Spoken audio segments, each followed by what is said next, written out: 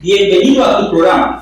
Te saluda tu amigo Raimundo Velázquez desde la iglesia de Anaheim, California, y me acompaña Reinaldo Jiménez. Un placer, mis hermanos, estar con cada uno de ustedes. Y una hermosa dama. Laura Ayala por aquí. ¿Nos puedes dirigir con oración? Claro que sí. Oramos. Cariñoso y bondadoso Dios, en esta hora de estudiar tu palabra, pedimos sabiduría de lo alto para que nuestras mentes sean iluminadas, nuestro corazón lleno, Señor, de tu Espíritu, y que cada palabra dicha, Señor, a través del estudio de esta lección, Señor, pueda ser de ayuda para nuestra vida espiritual. En Jesús, amén. Amén. En este momento, al estudiar la palabra de Dios, que es lo que vamos a estudiar en esta semana, es interesante que el título es El misterio del Evangelio. ¿Por qué misterio?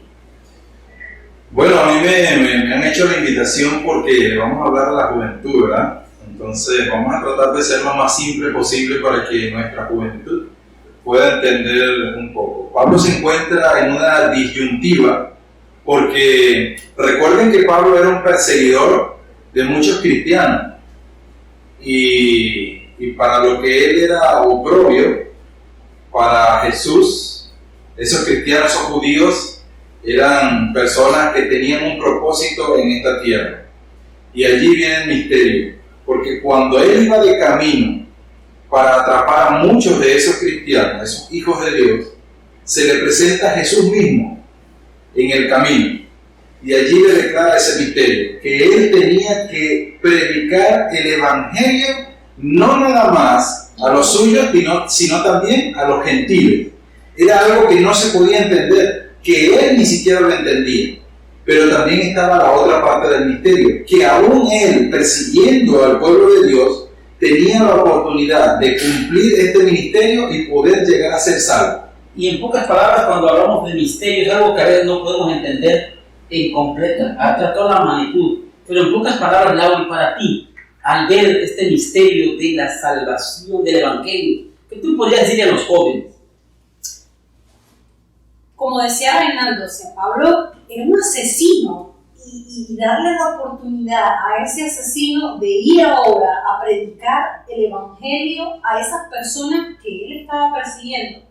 Vemos aquí que primero tenemos un Dios demasiado amoroso, segundo es demasiado misericordioso y que sabe las cualidades de cada persona, porque él sabía que en su celo, era un celo porque Pablo creía que estaba haciendo lo correcto, era un celo de esos fervientes, y el Señor dijo, yo voy a usar eso y lo voy a transformar, porque aunque tú piensas que lo estás haciendo a tu manera correcta, no lo estás haciendo.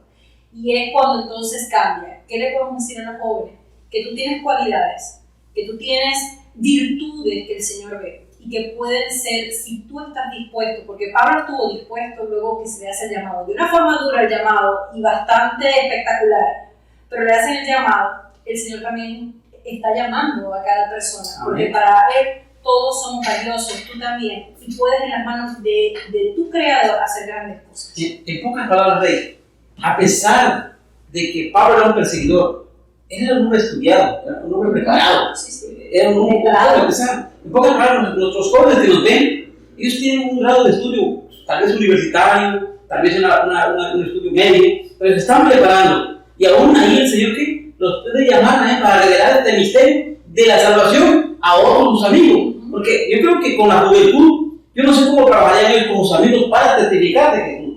Para mí, a mi edad, se me es fácil entablar una amistad para hablarles de las buenas nuevas de Jesús, para hablarles cómo Jesús cambia el corazón del ser humano, cómo puede transformar la mente de uno. Pero aquí, al hablar de Pablo, es muy diferente. Ahora, está la otra parte también, que es incomprensible cómo es que alguien que haya asesinado, que haya violado, que esté hundido dentro de los vicios, pueda alguien llevarle el mensaje a ellos. Porque para nosotros ese tipo de personas ya están perdidos. Ajá. Ese tipo de personas ya que están en el mundo, no, eso. Lo primero que decimos, la juventud, no, ese se va a quemar la paila del infierno. ¿Por qué? Porque simplemente ven lo que está externamente, pero Dios puede ver lo internamente. Y es a ese tipo de personas que usted y yo estamos siendo llamados para predicar el Evangelio. Y ese es el gran misterio, que nosotros no entendemos cómo es que una persona de esa magnitud puede llegar a ser salva.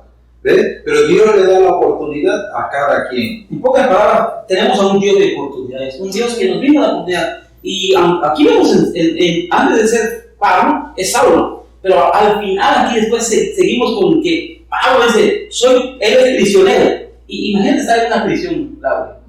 No es fácil, ¿verdad? Y luego allá en una prisión domiciliaria, donde él tenía su televisión de 70 pulgadas, su sillón, su comida. No. Él estaba en un calabozo, estaba en la peor prisión. Y sin embargo, ¿qué dice él? Que él es prisionero, ¿qué? De Cristo. Así es. Ahora, ¿cuáles son las buenas nuevas ahí de ser prisionero de Cristo? Porque justamente es que tú estás entregado, estás apasionado, no te importa lo que está sucediendo a tu alrededor. Humanamente él estaba prisionero, que de paso, para que ustedes puedan entender, juventud, es que el estar prisionero en los tiempos de Roma, no es que existían prisiones para retener a las personas, no, es que las prisiones estaban establecidas para retener a la persona solo por un espacio de tiempo mientras recibía el juicio, la determinación de ese juicio, si estaba muerto o si estaba determinado a morir o estaba siendo libre. Pero en ese espacio, mientras estaba prisionero, ellos tenían que depender de la comida que le llevaban los familiares y todo el tipo de cosas. Pero para Pablo, esto no le importaba. No le importaba. Si yo estoy aquí siendo preso porque Dios me trajo aquí, alabado sea Dios. ¿Por qué? Porque su principal misión era predicar la palabra de Dios. Y en pocas palabras, ¿qué decía la gente afuera? Porque que te lleven a la prisión a ti, un hijo de Dios. ¿Qué tú opinas, David? De que mira, es como que al pastor le llevan a la prisión. ¿Y qué pasa por tu mente? Lo primero que el ser humano dice, pero si ese hombre está dedicado a las cosas de Dios, de todo lo que le está pasando.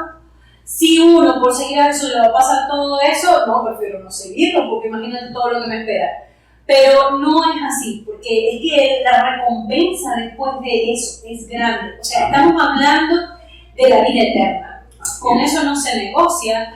Simplemente si tú estás dispuesto a sufrir por Cristo, tu recompensa y tu galardón será grande. Entonces, en pocas palabras, yo prefiero ser prisionero de Cristo y no prisionero del mundo, no del enemigo. Porque el ser prisionero de Cristo hay libertad. Amén. Porque Pablo, a pesar de que estaba en la prisión, él se sentía libre. Por eso, y él dice, por este motivo yo estoy aquí. Pero no se preocupen. Yo aún Pablo ahí en la prisión nos demuestra que era un hombre de oración. Pablo no estaba triste, chicos, para estoy en la prisión, ya caí en la prisión. Qué triste mi vida, yo no sé por qué a Jesús yo por aquí. No, Pablo no se disparaba de él. Al contrario, ¿qué? Era un motivador para los que estaban fuera. O sea, estimado joven. Y para los mismos prisioneros, ¿no? Yo me imagino que ese hombre lo veían orando, lo veían cantando, y era como, estás aquí, en este lugar putrefacto, horrible, y está cantando y alabando. O sea, que... Oye, lo hacía con un propósito porque un prisionero en aquel tiempo era una vergüenza. Entonces él se preocupaba de que los hermanos en Cristo llegaran a preguntarse cómo es que Pablo, siendo un apóstol, un mensajero de Cristo exaltado, ahora viene a ser un prisionero despreciado. Entonces, ¿de qué evangelio estamos hablando? Entonces, una de las cosas que él se enfocaba era que él estaba sufriendo por ellos, para llevar el mensaje a ellos. El tiempo nos ha acabado, Rey, después de una oración. Sí, vamos a orar. Querido Padre que estás en los cielos, Señor, gracias por enseñarnos estas grandes verdades que nos traes a través del apóstol Pablo. Esperamos, Señor, de que el resto de enseñanza impartida acá pueda ser de nutrición para cada una de las juventudes de nuestra iglesia y de los que nos ven. Gracias, Señor, por todas las bendiciones que nos das en Cristo Jesús. Amén.